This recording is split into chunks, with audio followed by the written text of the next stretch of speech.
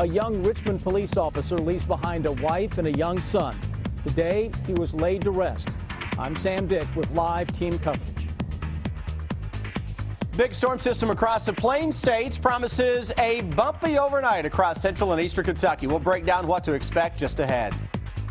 And it's a day to honor the men and women who've served in the U.S. military. How some Lexington students are learning a special lesson about Veterans Day.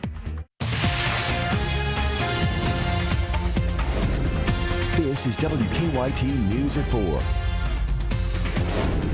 Good afternoon. It's a final farewell to a fallen hero. This morning, thousands of people gathered at Eastern Kentucky University for the funeral of Officer Daniel Ellis. The 33-year-old Richmond police officer was shot 1 week ago today while investigating a robbery. He died 2 days later. After Ellis's funeral at Alumni Coliseum, his flag-draped coffin is being driven from Madison County to Adair County for his burial. Sam Dick is live at the Richmond Police Department to begin our top story team coverage at 4. And Sam, people continue to pay their respects there in Richmond today.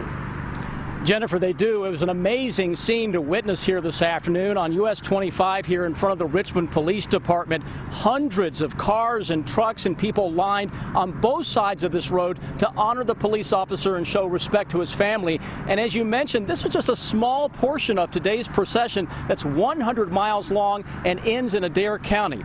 The schools here in Madison County were closed today, so when I looked around this afternoon, the children actually outnumbered the adults. Many of those children leaving messages of condolence and balloons and posters on the officer's patrol car here in front of the police department. It's become a memorial. This is a day that Richmond will never forget. Our Victor Puente is live now at Alumni Coliseum, where the funeral was held earlier today, and he continues our top story team coverage. In uniform who filled Alumni Coliseum today came out to say goodbye to a man who died while trying to help others. Now, the parking lot of Alumni Coliseum was filled with cruisers from across the country. Officer Daniel Ellis and his wife, Katie, both graduated from Eastern Kentucky University. University President Michael Benson welcomed his friends and family.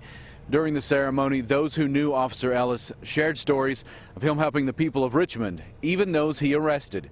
Today, we heard from his chief, Larry Brock, for the first time since Ellis was shot. Brock started by simply saying, "We have lost our Daniel."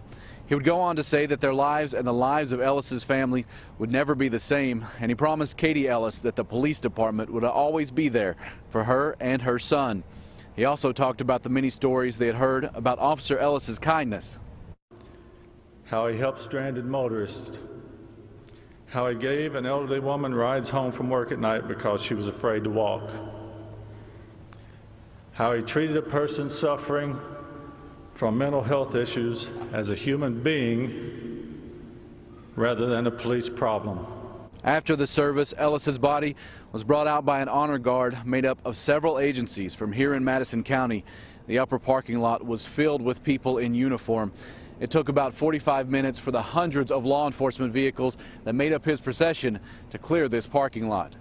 Live in Richmond, Victor Puente, WKYT. Victor, thank you. The procession carrying the officer's body to its final resting place in Adair County is still on the way to the cemetery this afternoon. The procession, as we said, wound its way through Richmond, passing by the police department here. I counted 350 law enforcement vehicles even before the hearse and the family cars appeared. It was quite a scene. One man told me he'd been out here at the memorial at the police department at least 3 times because he just couldn't believe what had happened, and the support from the community made him feel better. I'm just glad to see that people have opened their arms up, showed everybody what they believe in. That touches your heart. It'll bring a tear to your eye. The long procession also passed by Rockcastle County High School this afternoon. About 800 teachers and students and staff all stood in front of the building in a show of support. Many of them were dressed in blue as a tribute to the officer. And the school's junior ROTC was also there to honor Officer Ellis. And the art department displayed a banner in tribute to him. More than anything, we want them to know that people are behind them and that our prayers are with them, and that as they're going through the healing process, that there's more people that are also grieving with them.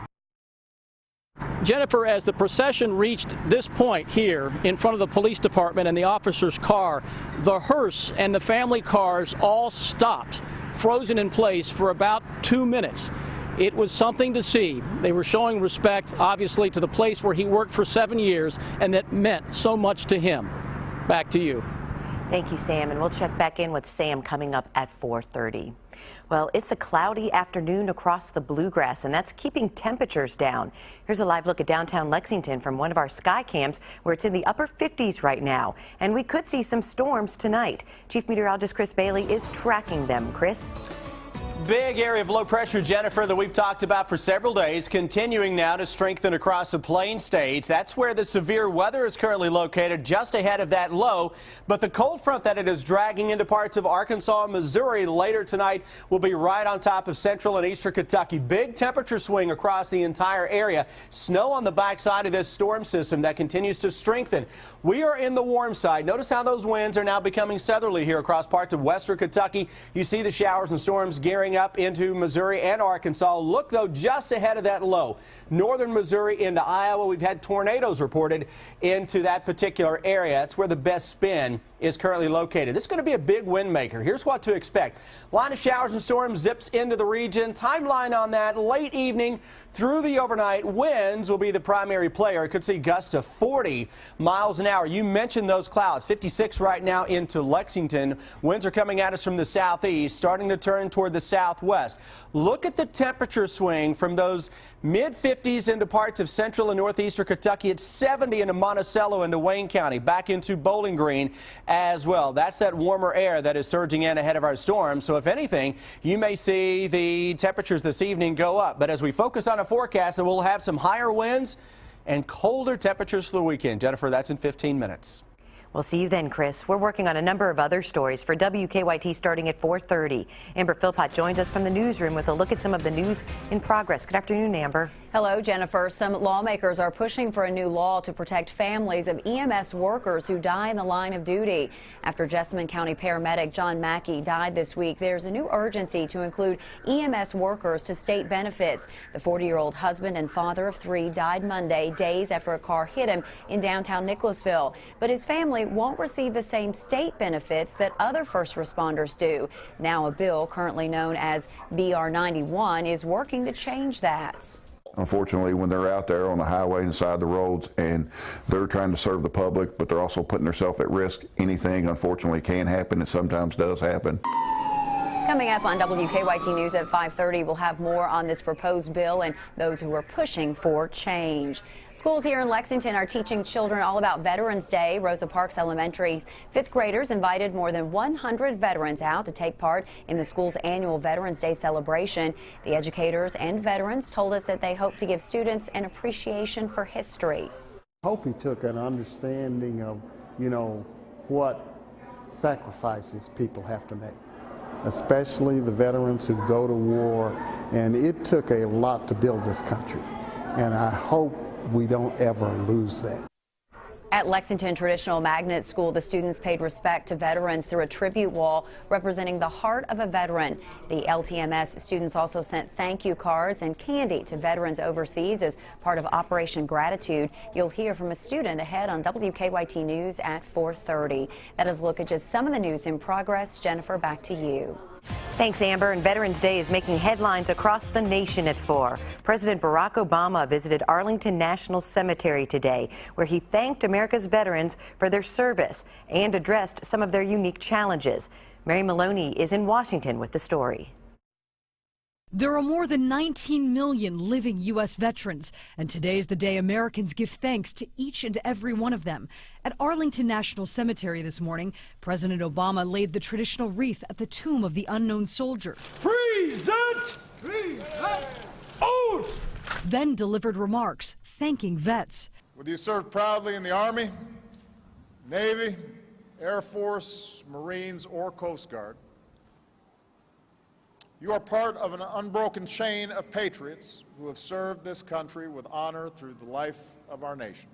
And highlighting the administration's efforts to better help those veterans. In recent years, we've made historic investments to boost the VA budget, expand benefits, offer more mental health care and improved care for our wounded warriors, especially those with post-traumatic stress and traumatic brain injury.